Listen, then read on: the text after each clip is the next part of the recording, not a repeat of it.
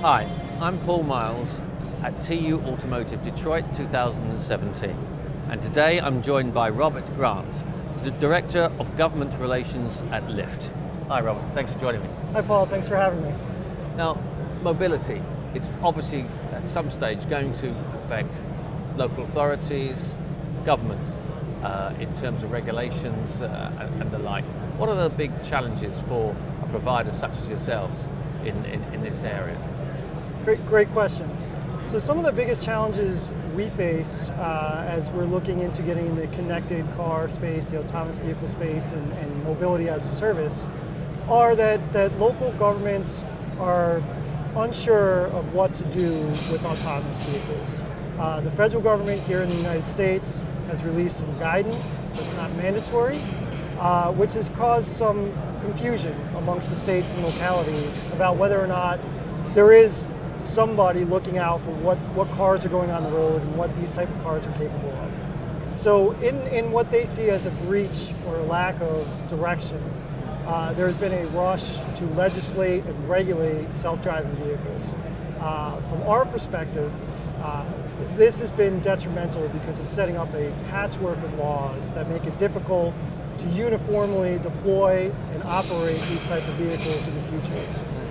We believe autonomous vehicles hold tremendous potential, tremendous safety benefits, tremendous congestion benefits, CO2 benefits, as well as accessibility benefits for disabled and elderly folks. So a patchwork of laws that makes it difficult to have these vehicles in many places at many times is something that we view as ultimately harmful to innovation and to the future and bright prospects that this innovation will bring. Because some people would argue that there's no difference between a driverless car and a driven car beyond hands-on steering wheels. There's still liability, because liability would change from perhaps the driver to the car manufacturer, as Volvo have said they're happy to cover that. So you would argue that that's enough, you don't need any more regulation than that. Exactly. We feel that most state laws and federal laws already allow for driverless vehicles to be on the road. We have a long history going back to common law and product liability law that has dealt with many of these similar types of transitions in industries, whether it's airplanes, whether it's the invention of the engine itself.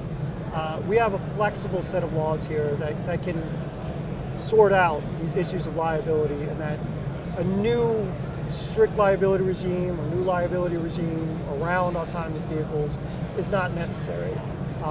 And it also points to the fact that the federal government has played a role in setting safety standards for vehicles for nearly 6 decades now. And we feel that role should continue, and that states who look to set unique performance standards on these type of vehicles really are doing more harm than good. So you would argue that this should be done at a federal level and end of story, no state involvement, whatever?